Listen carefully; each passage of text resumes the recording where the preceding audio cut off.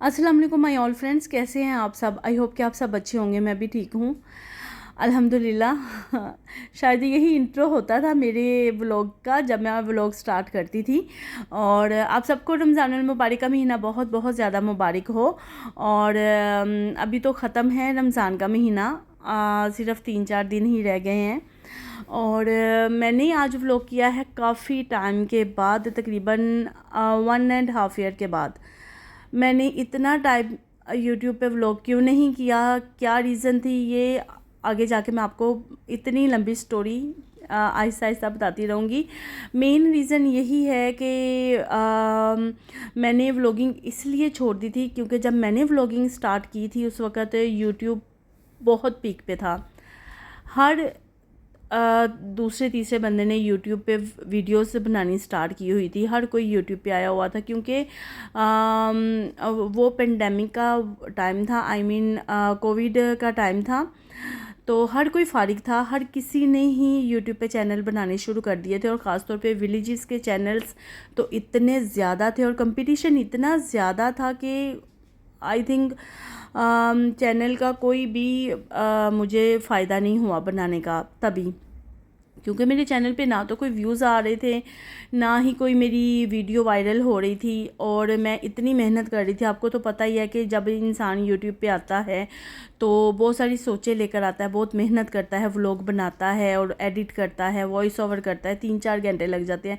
लेकिन उस टाइम पे हर किसी ने यूट्यूब पे वीडियोस बनानी शुरू की हुई थी और कंपटीशन इतना ज़्यादा था और मैं बिल्कुल डिसहार्ट हो गई। मैंने बोला कि मेरा चैनल तो बिल्कुल भी नहीं चलने वाला, इसलिए मुझे अपना टाइम वेस्ट करने की कोई ज़रूरत नहीं। सो मैंने व्लॉगिंग करना छोड़ दी। लेकिन अब वो चीज़ बिल्कुल ख़त्म हो गई है और इंशाल्लाह ताला अभी मैं दोबारा से यूट्यूब पे आई हूँ और व्लॉगिंग करूँगी इंशाल्लाह ताला। और यहाँ पे मैं आपको बताती जाऊँ कि हम लोग आए हैं मिर्दफ सिटी सेंटर अपने लिए ईद की कुछ शॉपिंग करने के लिए। तो अभी इस वक्त मैं आपको बहुत ज़्यादा डिटेल में नहीं बताऊंगी कि क्या क्या हुआ, किस वजह से मैंने यूट्यूब छोड़ दिया और किस वजह से मैं ज्वाइन करना चाह रही थी। बीच में मैंने बहुत दफ़ा कोशिश की कि मैं व्लॉग बनाऊं, इवन कि कई दफ़ा मैंने व्लॉग बना के डिलीट कर दिया या फिर अपलोड नहीं किया। और अभी भी ये हाल था कि मैंने मतलब कि एम बनाया हुआ था कि मैंने रमज़ान की स्टार्टिंग में व्लॉगिंग स्टार्ट करनी है। क्योंकि व्लॉगिंग पहले स्टार्ट करने की रीज़न ये भी नहीं थी कि मेरे बेटे के पेपर थे, कभी कोई मसला, कभी कोई मसरूफ़ियत निकल आती थी। तो इस वजह से मतलब कि हो ही नहीं रहा था कि मैं स्टार्ट करूं। और वैसे भी जब आप एक चीज़ करते हो और उसे स्टॉप कर देते हो ना, उस बाद में आपका ट्रैक के ऊपर आना बहुत ही ज़्यादा मुश्किल और कभी कभी नामुमकिन भी हो जाता है। और सेम यही मेरी कंडीशन हुई थी। मैं बहुत दफ़ा व्लॉग बनाती थी, अपलोड नहीं करती थी, उसमें से मुझे हज़ार तरह की खामियां नज़र आती थी। सोचती थी पता नहीं चलेगा या नहीं चलेगा, XYZ जो भी है। नहीं, मैं मतलब कि मैं इन नहीं हो पा रही थी। लेकिन अभी मैंने बहुत ही हिम्मत मार के, और अभी भी इस व्लॉग को पता नहीं मैंने कितनी दफ़ा वॉइस ओवर की, डिलीट किया, ये वो। मैंने कहा चलो अभी जो भी मुझसे बोला जाएगा ना मैं बोलूँगी और स्टार्ट करूँगी। क्योंकि किसी भी चीज़ का स्टार्ट लेने के लिए आपको पहले थोड़ी सी हिम्मत करनी पड़ती है। और व्लॉगिंग करके जो आपको कॉन्फिडेंस आता है, जो आपका कम्युनिकेशन होता है, वो बहुत बेटर होता है। और जब आप ये छोड़ देते हो तो आपका जो कम्युनिकेशन है, जो आपका कॉन्फिडेंस लेवल है, वो बिल्कुल ड्रॉप हो जाता है।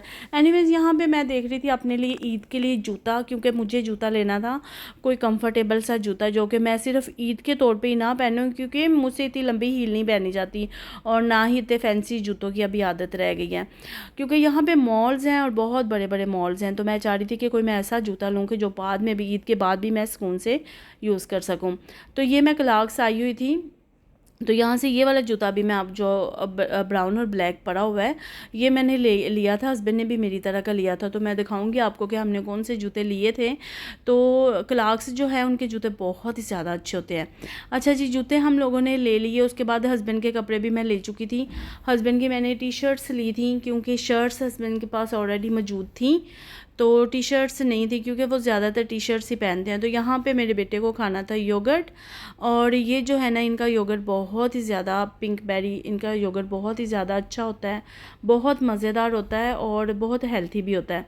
तो बस यहाँ पे योगर्ट लिया था, लेके बैठे थे, खा रहे थे।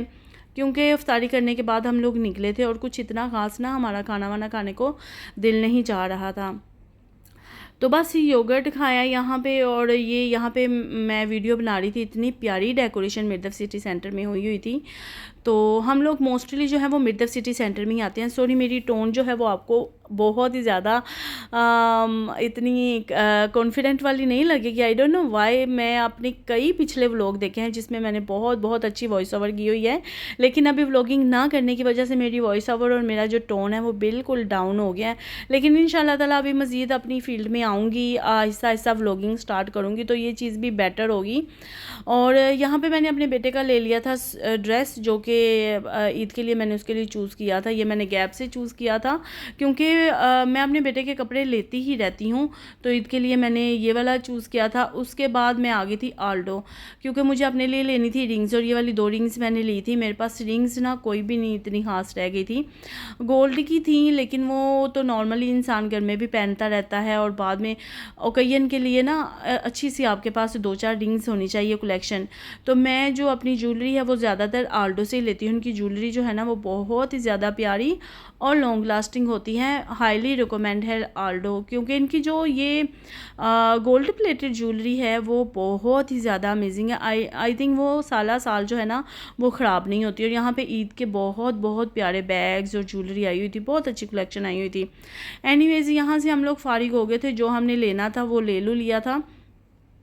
उसके बाद हम लोग रुके थे मैकडॉनल्ड में, क्योंकि अभी हमें फुल भूख लग गई थी। और रमज़ान में नॉर्मली ये होता है कि हम लोग डिनर जो है वो लेट ही करते हैं। आई थिंक नॉर्मली हम 8-9 बजे डिनर कर लेते हैं, लेकिन रमज़ान में 12-1 बज ही जाते हैं डिनर करते, और कभी फिर सैरी करने को दिल चाहता है और कभी नहीं दिल चाहता। एनीवेज़, मेरे व्लॉग्स ना चलने की सबसे बड़ी रीज़न जो मुझे नज़र आती है वो ये भी थी कि मैं जब व्लॉगिंग करती थी, मैं आपको अपनी खामियां खुद ही बता देती हूँ। मैं कभी कहती नहीं थी कि मेरे चैनल को सब्सक्राइब कर दो, बस मैं व्लॉग बनाती थी, डाल देती थी। मतलब लोग इतना फोर्सफुली कहते हैं प्लीज़ मेरे चैनल को लाजिम सब्सक्राइब कीजिएगा, ये वो बहुत सारी चीज़ें होती हैं जिसकी वजह से आपका चैनल नहीं चल पाता। लेकिन ऐसा नहीं है, मेरे व्लॉग्स बहुत अच्छे थे और चल भी रहे थे। लेकिन उस वक्त जो था वो कंपटीशन बहुत पीक पे था। हर एक बंदे ने, क्योंकि हर कोई फारिग था उस वक़्त, बिल्कुल स्ट्राइक थी हर तरफ, हर बंदे ने चैनल बनाया हुआ था। इस वजह से मुझे चैनल बनाने का कोई इतना ज़्यादा मज़ा नहीं आया था। लेकिन होपफुली उम्मीद पे दुनिया कायम है, कभी भी डिसहार्ट नहीं होना चाहिए इंसान को।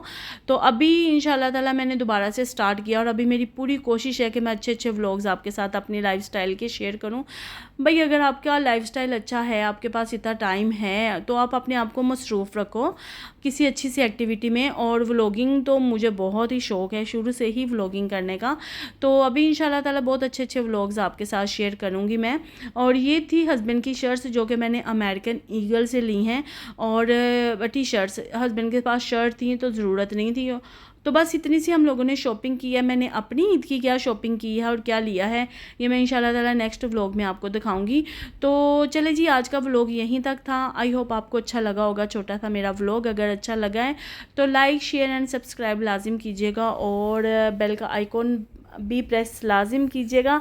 और मिलती हूँ आपके साथ नेक्स्ट एक अच्छे से व्लॉग में। अभी के लिए अल्लाह हाफिज़।